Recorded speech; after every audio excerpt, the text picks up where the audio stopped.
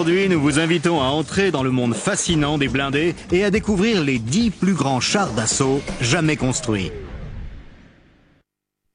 Depuis son apparition, il y a moins d'un siècle, aucun engin militaire n'a plus marqué l'histoire que le tank. Présent dans tous les conflits majeurs des 20e et 21e siècles, c'est un élément incontournable, quel que soit le champ de bataille. Mais quels sont les plus grands tanks ?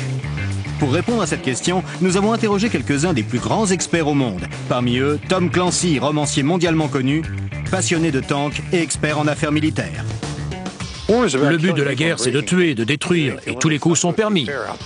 Bruce Dickinson, le chanteur d'Iron Maiden, est lui aussi pilote de tank à ses heures. Au bout de 20 mètres, on n'a plus envie de s'arrêter avant d'avoir atteint Berlin. Nous rencontrerons aussi Jack Littlefield, un collectionneur milliardaire. J'ai environ 220 véhicules, dont 65 sont de vrais tanks. Nous irons voir de vrais professionnels des chars d'assaut, d'anciens militaires C'était un peu comme aller s'amuser dans la boue. et de véritables fanatiques.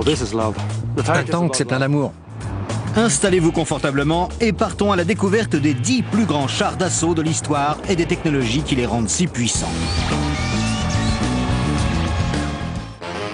Nous savons tous à quoi ressemble un char d'assaut. Cela ressemble à un Sherman. Nous savons tous ce que peut faire un char, ce que peut faire un Sherman. Le numéro 10 de notre palmarès est un tank de 33 tonnes que nous avons l'habitude de voir aux informations dans les bandes dessinées ou sur les écrans de cinéma. Je dirais que le tank Sherman est l'un des plus grands chars d'assaut jamais construits. C'est grâce au Sherman M4 que les Alliés ont pu gagner la Seconde Guerre mondiale. En tout, près de 50 000 Sherman sont sortis des usines. Nous avons réuni 3 vétérans autour d'un Sherman. Ce tank était une véritable maison pour eux pendant la guerre. Lors du débarquement allié en Normandie, alors qu'ils sortaient à peine de l'adolescence, leur vie reposait sur les technologies dernier cri du Sherman. Je n'en ai pas conduit depuis 60 ans, mais je suis partant pour essayer. Je m'appelle Brian Carpenter, j'étais pilote de char Sherman. Ça va, Nobby? Ça va, Brian, et toi? Parfait. Je m'appelle Nobby Clark et j'étais tireur. Je m'appelle Ken Tout, je commandais l'un de ces chars. Le char américain Sherman fait ses débuts en Afrique du Nord en 1942 et il apparaît bientôt sur tous les fronts alliés. Tout le monde en avait. Les Anglais, les Canadiens, les Français, les Russes, les Chinois. Le Sherman était efficace sur tous les terrains. Nous étions impressionnés par sa taille et par son efficacité. Les armes fonctionnaient à merveille. Oui, surtout le canon de 75 mm. Il était très précis et ses obus étaient plus gros, ce qui nous permettait de tirer sur des cibles plus importantes. La qualité du canon et du blindage était essentielle, mais son plus grand atout, c'était sa mobilité. Il devait s'enfoncer dans les rangs ennemis. Il était très facile et très rapide à piloter. C'est très agréable à conduire, presque autant qu'une voiture moderne. Il n'y a rien de surprenant à ce que le Sherman se conduise comme une voiture, car il était fabriqué par la puissante industrie automobile américaine. Dès le départ, la conception du char Sherman reposait sur sa capacité de production. Selon les Alliés, la victoire ne viendrait que s'ils parvenaient à produire plus que leurs ennemis. Les Sherman étaient construits dans différentes usines. Ils étaient produits en très vaste quantité. Pour chaque char que les Allemands sortaient de leurs usines, les Américains construisaient 10 Sherman. Le Sherman était conçu comme un char universel qui allait être piloté en grande majorité par des conscrits. Il fallait qu'il puisse être piloté par quelqu'un qui savait faire marcher un tracteur ou conduire un camion. Il serait difficile de trouver plus grand débutant que Brian Carpenter, qui était étudiant avant d'être bombardé pilote de char. Il y a 2 leviers de direction entre mes genoux. Il y a également une pédale d'embrayage et une pédale d'accélérateur. Bien entendu, les leviers de direction servent de frein. Le maître mot était standardisation. Ils ne diffèrent que par leur moteur. Celui-ci a un moteur en étoile de 9 cylindres à refroidissement par air. C'est un moteur d'avion. Je ne pensais pas qu'un moteur d'avion puisse convenir à ce point pour un véhicule aussi lent qu'un char. Mais bien entendu, il tournait au ralenti. À révolution maximale, en première, il dépassait à peine les 3 km/h. En 5e, il atteignait 35 km/h, mais pour cela, il fallait une belle route bien lisse avec une légère descente, sinon on n'y arrivait pas. Le char Sherman offrait des possibilités domestiques inattendues pour ses occupants. Il n'y avait pas de service de blanchissage et nous devions donc laver nous-mêmes nos vêtements. Le seul moyen de les faire sécher, c'était de les poser près du pot d'échappement à l'arrière et de mettre le moteur en marche. De cette manière, le linge était sec très rapidement. Et pendant que vous attendiez que vos sous-vêtements sèchent, pourquoi ne pas prendre une tasse de thé? On pouvait poser une bouilloire au-dessus de l'échappement pour faire bouillir l'eau. Mais le char Sherman avait bien d'autres qualités beaucoup moins folkloriques.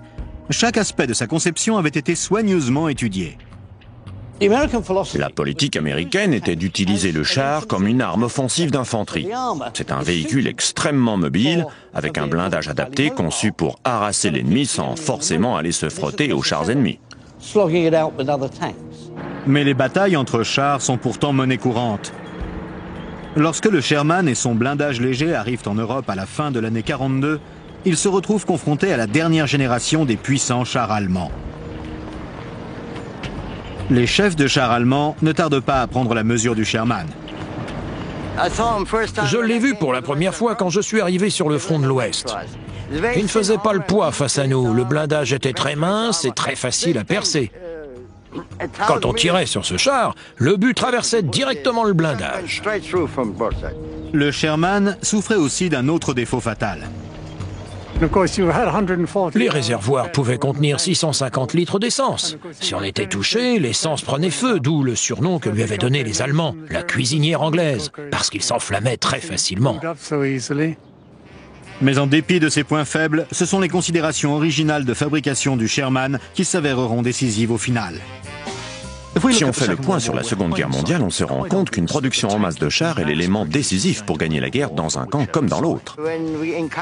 Lorsque nous rencontrions des Sherman, ils n'étaient jamais isolés. Il y en avait en très grand nombre et nous n'avions pas une seule chance de gagner. C'est génial! Je ne pensais pas reconduire un jour. C'est l'art du compromis qui fait et défait les chars. Les 9 derniers chars de notre palmarès ont tous connu des décisions difficiles. En 9e position se trouve le tank qui est passé directement des planches à dessin aux jungles du sud-est asiatique.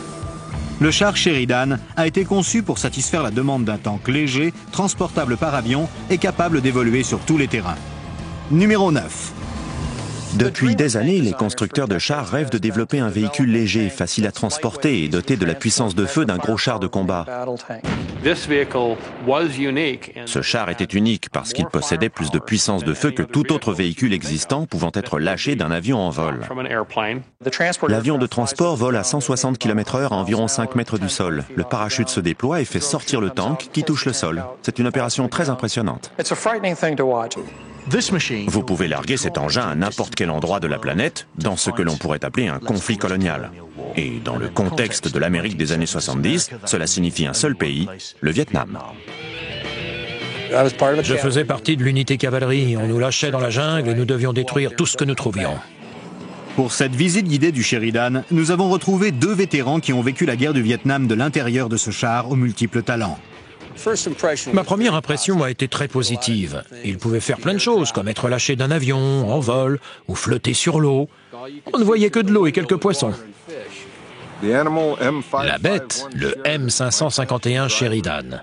Mon poste, pilote. Triple direction, 4 vitesses et 2 marches arrière. Le manuel indiquait 70 km/h, mais je crois que ça se rapprochait plus de 75.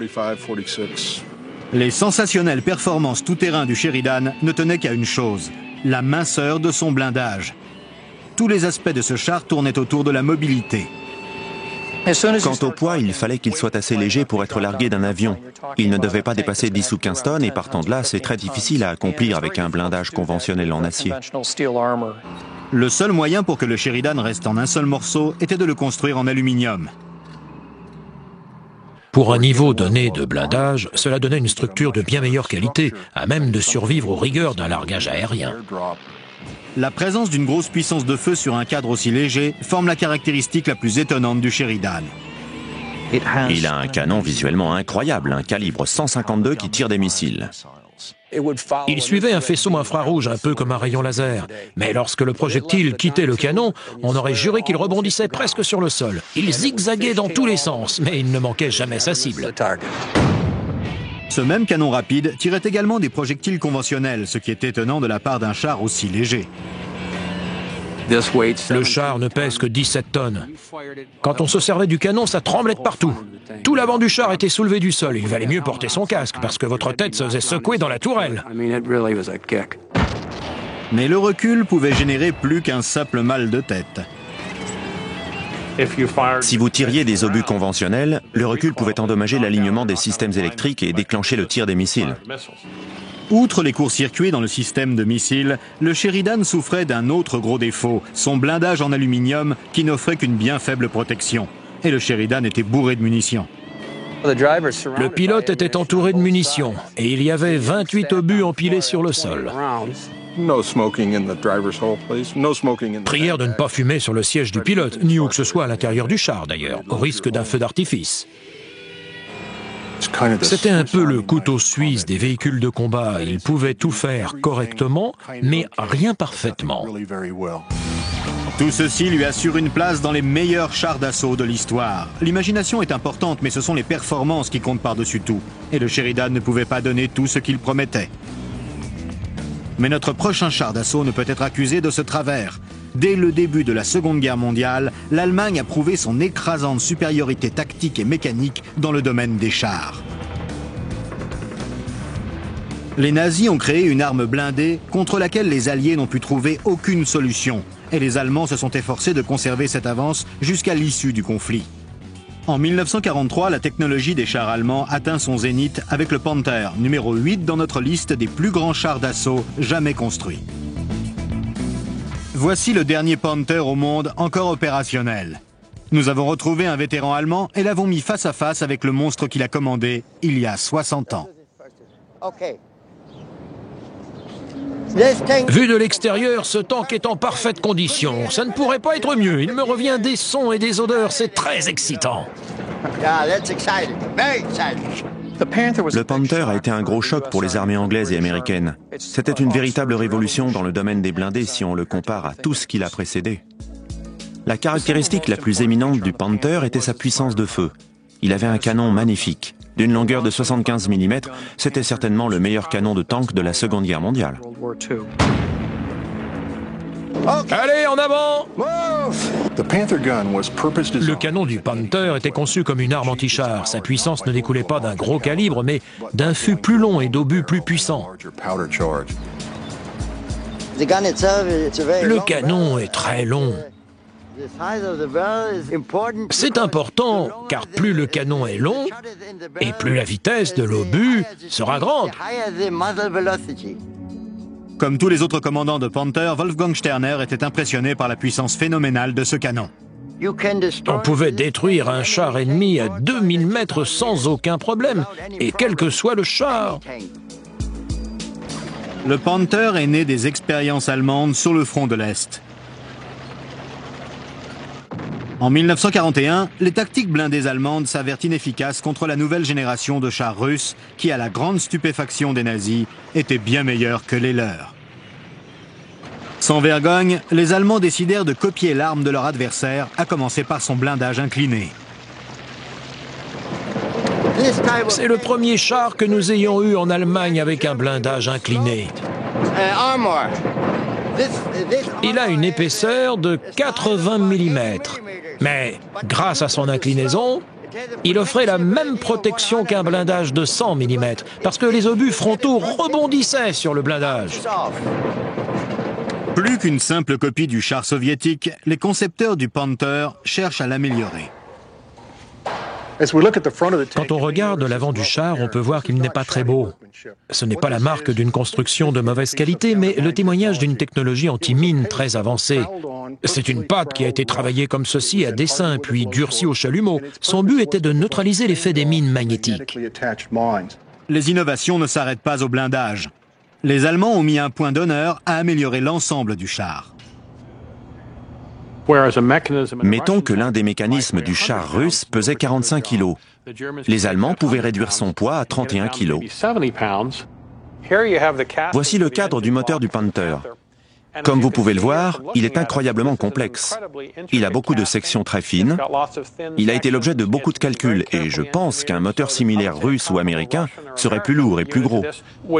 Celui-ci a peut-être l'air plus grossier, mais sa conception est de tout premier ordre. Je donne l'ordre. Panther marche en avant.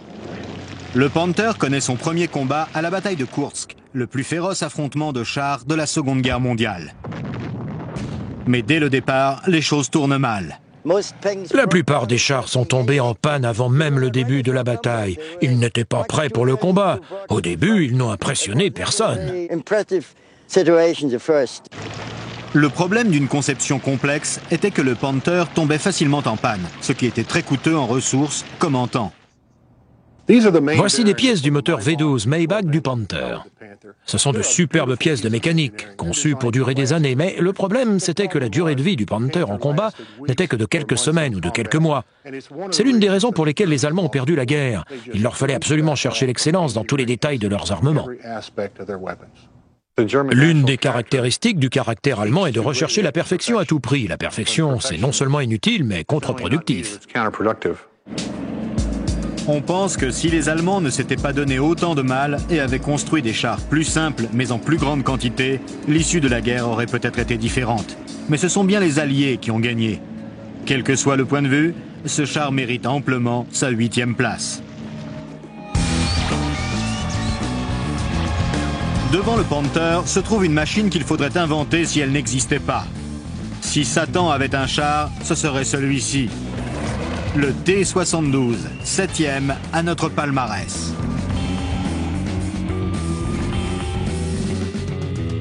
C'est durant les années 70 que le fossé entre les mondes soviétiques et occidentaux a été le plus grand.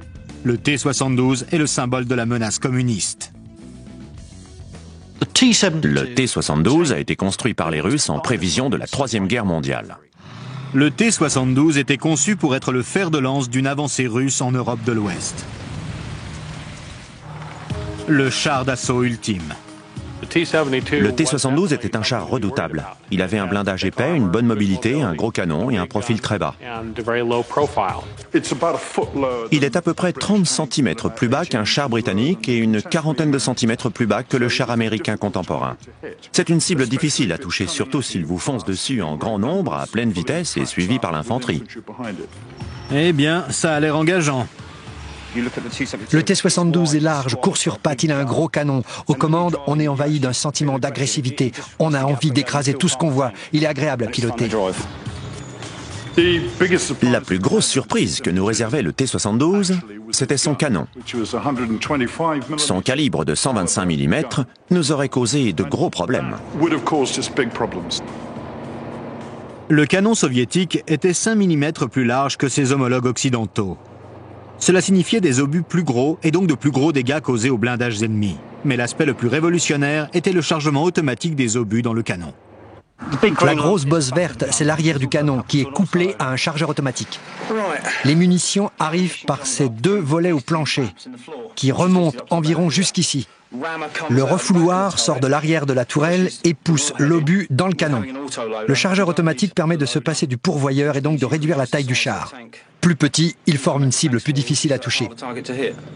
Le fait d'éliminer un membre d'équipage a permis de réduire de 12 tonnes le poids du char, c'est-à-dire du poids du blindage nécessaire pour protéger un homme.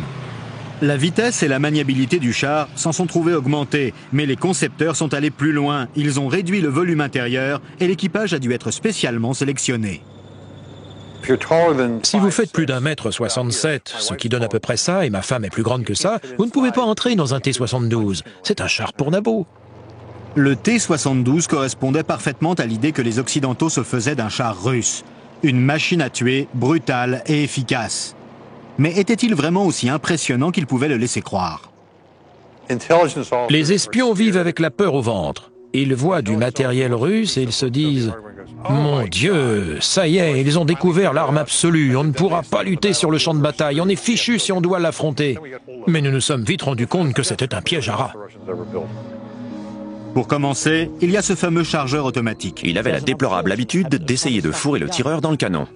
Des soldats ont perdu un bras parce que le refouloir avait accroché leurs manches et avait voulu les enfiler dans le canon à la place de l'obus. Mais il y a pire, les munitions du T-72 n'étaient pas protégées. Et s'il essuyait des tirs précis, le char pouvait exploser.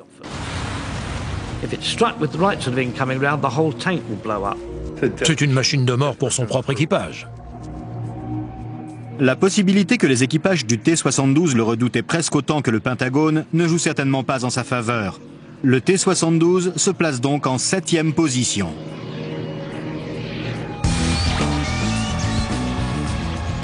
Pendant que l'on tremblait de peur des deux côtés du rideau de fer devant les impressionnants moyens de destruction du camp opposé, les paisibles Suédois ont essayé de changer radicalement l'image du char et d'en faire un instrument de paix. Le char S, aussi unique que pacifiste, prend la 6e place de notre classement. Lorsque le petit monde des blindés a découvert le char S, l'incrédulité fut la première réaction. Je crois que le char S a surpris tout le monde. Il est si différent d'un char conventionnel qu'il ne pouvait que susciter l'étonnement à ses débuts, le temps que l'on s'habitue. Le char S est l'une des idées les plus folles de ces 50 dernières années.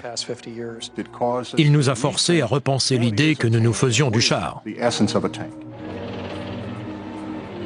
De son nez dépourvu de tourelle à sa grille de protection, en passant par ses deux moteurs et sa jupe amphibie, le char S est tout simplement unique. L'audace de sa conception a surpris même les Suédois. J'ai été pris de court quand je l'ai vu pour la première fois parce que je n'avais jamais vu un char de ce genre. J'ai été le premier soldat de l'armée suédoise à en piloter un en 1962. Nous sommes allés en Suède pour étudier la question de plus près. La Suède est un pays neutre, coincé entre le pacte de Varsovie d'un côté et l'OTAN de l'autre. Il lui fallait donc montrer que ses défenses étaient solides pour prévenir toute tentative d'invasion. Je crois que le char S a été conçu en prévision d'une attaque russe par le nord de la Suède. Même pour l'observateur le plus néophyte, le char S a une caractéristique très frappante. Il n'a pas de tourelle. Il était conçu pour les combats en forêt. Les routes forestières étroites ne conviennent pas au modèle équipé d'une grande tourelle, car il n'y aurait peut-être même pas la place de faire pivoter le canon. Les Suédois ont immédiatement réfléchi à l'abandon de la tourelle. L'absence de tourelle permet au char S de ne mesurer qu'un peu plus de 2,10 mètres de haut, ce qui est un gros avantage dans le cadre d'une tactique camouflage. Le char S était capable de s'enterrer littéralement. Vous ne pouviez plus apercevoir que le métal du canon. Il était conçu pour tirer et se sauver face à un grand nombre de chars ennemis. Il pouvait en détruire quelques-uns, puis repartir dans une autre direction et s'enterrer à nouveau. En condition de combat, le char S est complètement fermé, avec son équipage à l'abri derrière son blindage. Mais face à nos caméras, qui ne semblaient pas poser de véritables menaces, l'équipage s'est senti assez en sécurité pour sortir et observer les alentours, offrant ainsi des yeux supplémentaires aux pilotes. Il est très facile à piloter et même amusant. Si vous êtes sur une route à 50 ou 55 km/h, vous pouvez vous retourner à 180 degrés en moins d'une seconde. Si vous êtes doué. Ça ressemble plus au cockpit d'un avion de chasse qu'à l'intérieur d'un char. Vous pilotez à l'aide d'une tige de manœuvre et vous commandez tout du bout des doigts. Mais la cerise sur le gâteau est sans aucun doute la redoutable arme principale du char S, son canon fixe. Le problème avec un canon fixe, c'est qu'il faut manœuvrer tout le char pour tirer.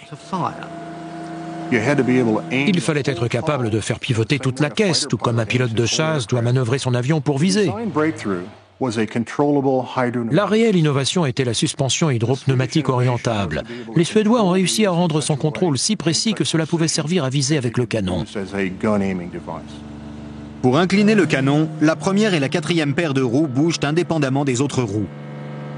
Comme la longueur de la chenille est invariable, cela incline le char vers l'avant ou vers l'arrière. Ici, vous pouvez voir le bras auquel la première paire de roues est reliée. C'est cela qui fait bouger la caisse. Élégant et sophistiqué, le char S est pourtant boudé par les armées étrangères qui reconnaissent ses qualités, mais ne l'achètent pas pour autant. Il était conçu pour combattre une armée russe en territoire suédois par le biais de tactiques militaires suédoises. Il était si parfaitement adapté à cet objectif qu'il ne pouvait pas vraiment convenir à autre chose.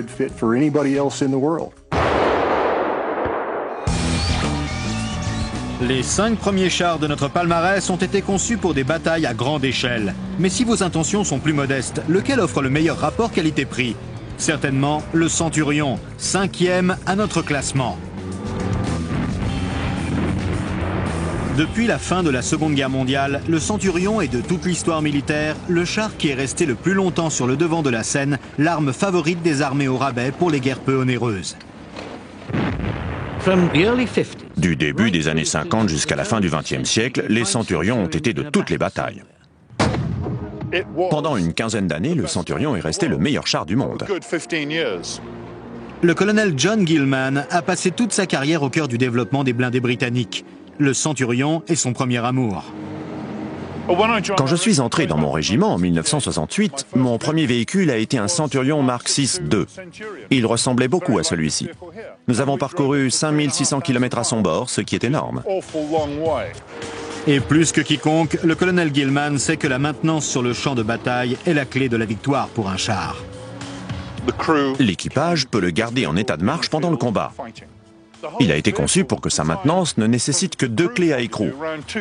Une minuscule pour les écrous normaux et une énorme pour le boulon de réglage de la chenille à l'avant.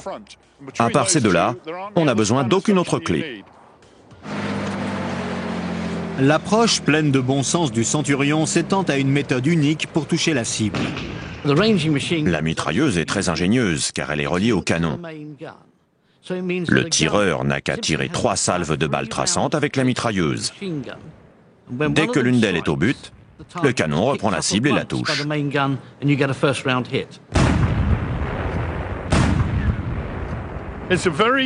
On s'installe aux commandes et on démarre le moteur très facilement. C'est exactement comme une voiture. Mais tout le reste est un cauchemar. Ça ressemble à une voiture d'il y a 60 ans. C'est une boîte de vitesse non synchronisée. Il faut surveiller les tours et procéder à un double débrayage en montant et descendant en même temps. Malgré les 30 ans d'expérience du colonel Gilman avec les subtilités de la boîte non synchronisée, la manœuvre reste chaotique. C'est faire du vélo à l'envers.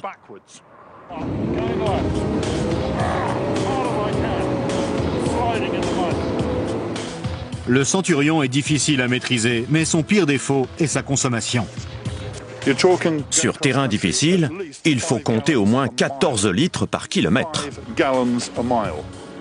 Aussi maniable qu'un mulet et disposant d'une autonomie de 70 km par plein, le Centurion mérite tout de même la 5e place.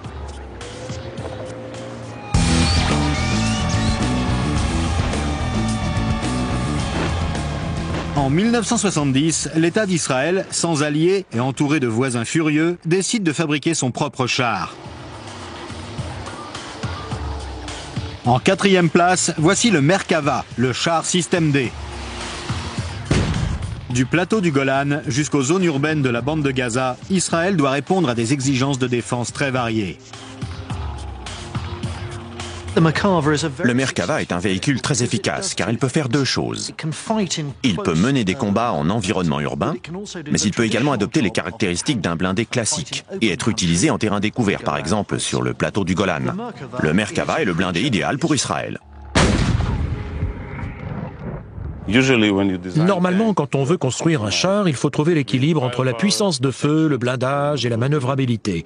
Dans notre cas, le blindage et la protection étaient le facteur clé.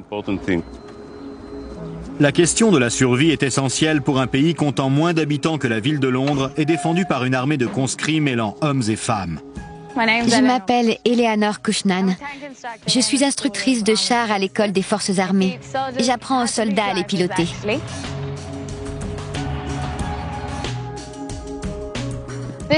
Voici ma partie préférée du char. C'est là que se trouve le moteur et la transmission à l'avant. C'est pour ça que le char a été baptisé Merkava, qui signifie chariot en hébreu. C'est comme sur un chariot antique qui était tiré par des chevaux. Ils étaient le moteur du chariot et ils jouaient le même rôle que le moteur et la transmission sur le char. Si un obus touche l'avant du char, il tombera sur le moteur et non pas sur l'équipage. Un pilote de tank est habituellement assis au milieu, mais sur ce char, il est sur le côté. Je n'ai pas du tout envie de m'asseoir au milieu, pile où l'obus va tomber. Je préfère me trouver sur le côté. Comme ça, je peux parfaitement voir où je vais sans avoir peur qu'un obus me tombe dessus.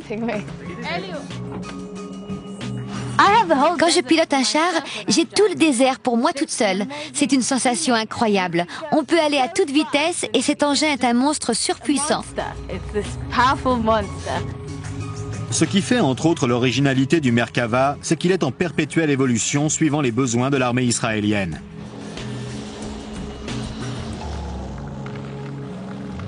À mesure que notre expérience grandit, nous apportons beaucoup de petites innovations pour que le char puisse évoluer sur des terrains comme le plateau du Golan, par exemple, qui est très rocailleux.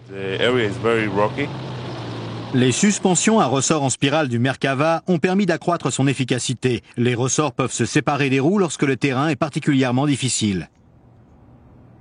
Le bras de suspension n'est pas relié au ressort.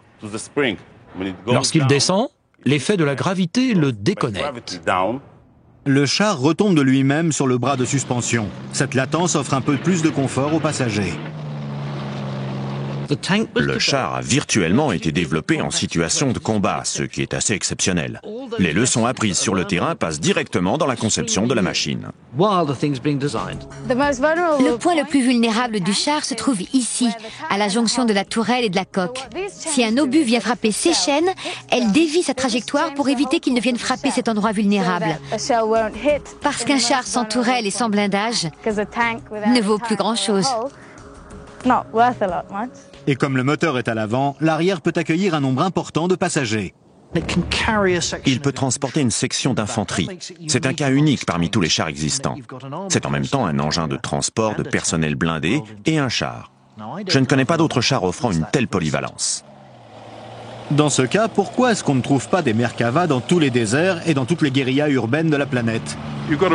Il ne faut pas oublier qu'il a été conçu pour être utilisé en Israël, où la question du transport aérien ne se pose pas. C'est un véhicule lourd et massif, idéal pour Israël, mais trop gros et trop lourd pour un corps expéditionnaire. Certains ne sont pas d'accord. C'est le meilleur blindé du monde. Rien ne peut l'empêcher de rouler. S'il veut avancer, il avance. Et s'il repère une cible, je n'aimerais pas être à la place de l'ennemi. Cela, personne n'en doute. Le troisième char de notre classement est un modèle de conception. Le T-34 est le précurseur des chars modernes. C'est sans aucun doute le meilleur char de la Seconde Guerre mondiale. Il a marqué une avancée dans l'armement comme cela n'arrive qu'une fois par génération. Le T-34 est le char qui a permis à l'Union soviétique de remporter la guerre. S'il incorpore des innovations, c'est toujours sous leur forme la plus simple, pour faciliter la production de masse. Le fondement de la philosophie militaire russe, c'était que même si vous n'étiez qu'un simple paysan, vous puissiez vous mettre aux commandes et réussir à le conduire immédiatement. Comme vous le voyez, je suis moi-même quasiment un paysan. Pour démontrer les qualités du T-34, nous avons fait appel à Bruce Dickinson, leader du groupe Iron Maiden, qui nous emmène faire un tour dans son modèle personnel.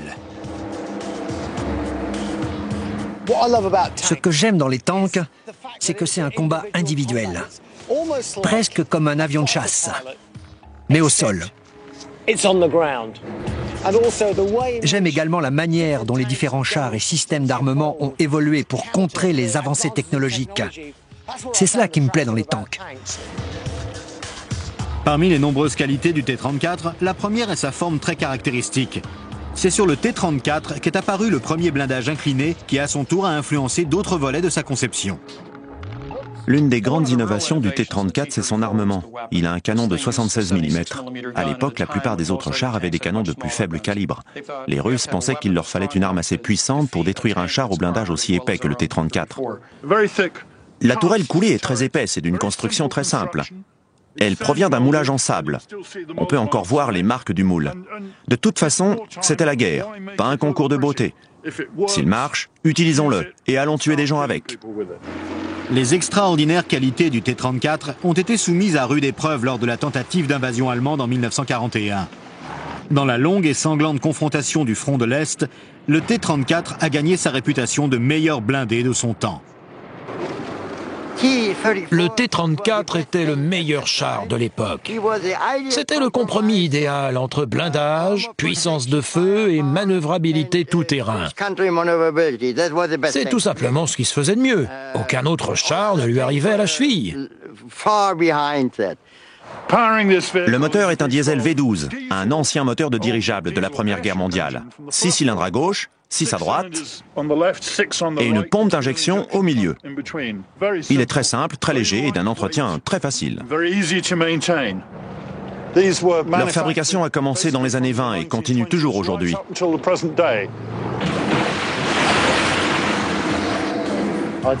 Je crois que de tous les véhicules à chenilles que j'ai pilotés, celui-ci est le plus amusant. Et le plus salissant. Ce qui revient au même. Grâce au T-34, la Russie est passée d'un statut de pays agricole à celui de superpuissance. Un char capable de cet exploit mérite sans aucun doute notre respect et la 3e place de notre palmarès. L'avant-dernier char de notre classement est doté d'un équipement si abondant que rien ni personne n'aurait envie de se frotter à lui. Le char Abrams ne trouve que rarement un adversaire à sa taille. C'est notre numéro 2. Il est gros, très bien protégé, extrêmement rapide et il a un excellent canon. C'est une incroyable prouesse technologique. C'est effrayant de penser à quel point il est plus performant que les chars de la génération précédente. Un seul Abrams peut affronter plusieurs chars et sortir vainqueur de cette confrontation. Le char Abrams M1. C'est la Rolls-Royce des chars modernes, utilisée par les Américains lors de plusieurs conflits récents. J'ai été touché à l'avant, à l'arrière et sur le côté, juste par ici. On est entré dans le centre-ville de Bagdad en sachant qu'on pouvait se faire tirer dessus depuis les toits. On était la cible de tir de mitrailleuses lourdes et de lance-roquettes. Ce sont des armes conçues pour détruire des véhicules. Les lance-roquettes sont des armes très destructrices, capables de percer un blindage en acier de presque 80 cm.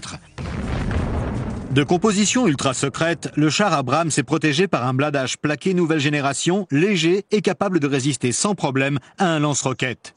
Le lieutenant Montgomery lui doit la vie. La première fois qu'il a été touché, c'était juste ici. Il y a eu une explosion qui a détruit ma mitrailleuse de calibre 50 et toutes les munitions entreposées là. Je me tenais ici.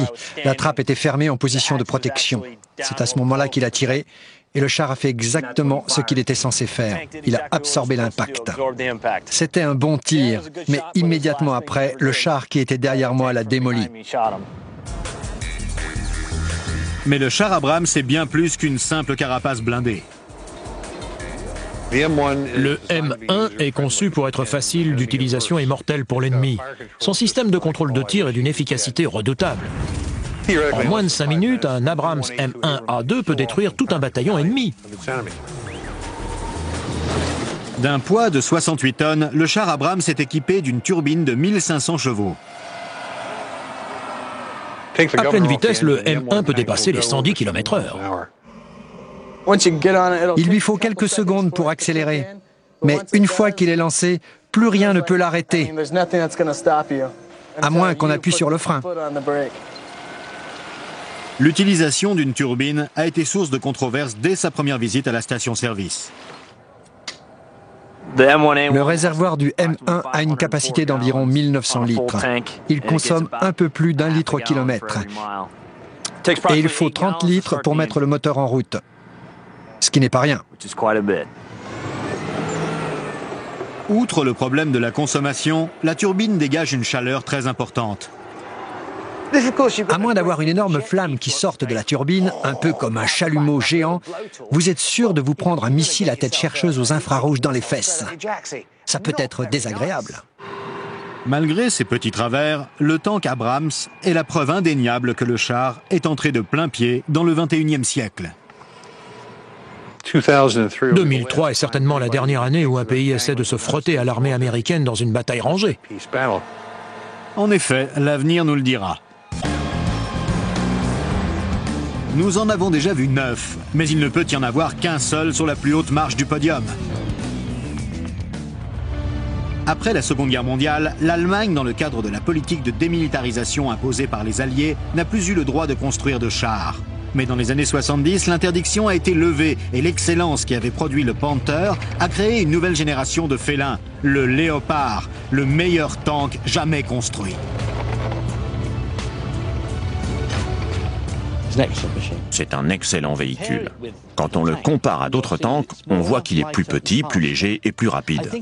Je crois que c'est la meilleure combinaison entre puissance de feu et mobilité qui existe à l'heure actuelle sur la planète. Le char parfait doit être mobile, disposer d'un bon blindage et d'une bonne puissance de feu. Le Léopard 2 combine toutes ces qualités. C'est un très bon tank. Si sa technologie est allemande, le Léopard 2 est avant tout la preuve de l'identité européenne. Il possède la meilleure puissance de feu, le meilleur blindage et la meilleure mobilité qui existe aujourd'hui. Le Léopard 2 est candidat au titre de plus grand char de tous les temps. Pas seulement un candidat, le Léopard 2 est le plus grand char de tous les temps. La Suède en possède 280. Après les malheurs du char S, les Suédois ont renoncé à fabriquer leurs propres chars et ont choisi de se fournir à l'étranger. Le Léopard allemand était le choix qui s'imposait. Vous aimeriez laisser votre fils de 18 ans le sortir de votre garage? Je m'appelle Johansson, je suis le pilote. Je suis le chef de char, je m'appelle Kristen Jansen. Je m'appelle Kelly, je suis le tireur. Je m'appelle Joseph Rosen, je suis pourvoyeur. Je suis aussi le cuisinier. Nous sommes allés à la rencontre des conscrits de l'armée suédoise au cours d'un exercice de combat de 11 jours, durant lequel ils se familiarisent avec les technologies hors pair du Léopard. Il y a 6 mois, ils sont venus faire leur service militaire. C'était certainement la première fois qu'ils mettaient les pieds dans un char. Ils se retrouvent aux commandes de ce monstre de 62 tonnes. L'incroyable simplicité d'emploi du Léopard permet à ces jeunes garçons de batifoler dans la toundra sans avoir à s'inquiéter de levier de direction ou de boîte de vitesse non synchronisée. C'est un peu comme une voiture, mais en plus lourd. Aujourd'hui, on va rouler comme des dingues. Le volant est semblable au volant d'une voiture. Le siège est très confortable. C'est un siège de voiture de sport fabriqué par Recaro. Le tableau de bord est très simple, un peu comme dans une voiture. La grosse pédale blanche au milieu, c'est le frein. On peut arrêter 62 tonnes et demie en 9 mètres. On va lui faire sortir les tripes. Je veux qu'ils prennent confiance aux commandes de ce char. Le but, c'est qu'ils deviennent des chasseurs, qu'ils ne fassent qu'un avec le char. Les extraordinaires performances du Léopard sont encore rehaussées par sa conception modulaire. Le Léopard est un assemblage de pièces indépendantes et facilement remplaçables. Et comme sur une voiture de luxe, au moindre problème, vous n'allez pas chercher votre boîte à outils, mais votre ordinateur portable. J'ai un ordinateur portable que je connecte aux différents modules, ce qui me permet de les vérifier individuellement. Avec ce câble, je vais relier la logistique centrale à mon ordinateur de maintenance pour voir ce qui cloche dans le char.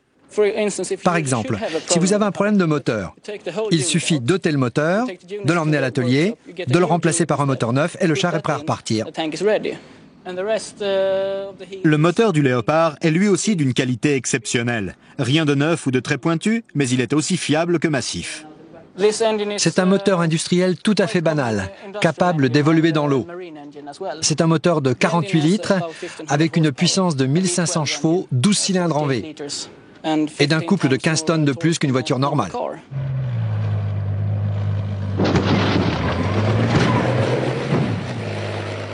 Ne vous inquiétez pas de voir le Léopard utilisé comme un skateboard géant, il est incassable. Le Léopard est l'un des rares chars au monde à être vendu avec une garantie constructeur. Tant que l'usine se charge de la maintenance, vous êtes assuré de pouvoir rouler 14 000 km sans aucun souci. Et pour un tank, c'est énorme. Pour empêcher que les conscrits ne se rentrent dedans, les Suédois utilisent un système de contrôle des tanks dernier cri. C'est une version élaborée que les entreprises de taxi utilisent pour vérifier où sont leurs chauffeurs. Je les vois évoluer sur cette carte. Je peux centrer la carte sur mon propre char ou sur n'importe quel autre. C'est très facile. Ce sont ces innovations qui permettent au Léopard de garder un temps d'avance sur ses concurrents. La plupart des informations sont transmises par vidéo et les conversations radio peuvent se concentrer sur les choses les plus essentielles. La quasi-totalité des échanges radio concerne l'ennemi. Je n'ai plus qu'à le débusquer et à le détruire. Voilà du beau langage militaire. Sur un diabolique parcours de 400 mètres en slalom, nous avons voulu mettre les excellentes performances du Léopard à l'épreuve contre le champion régional, une Volvo.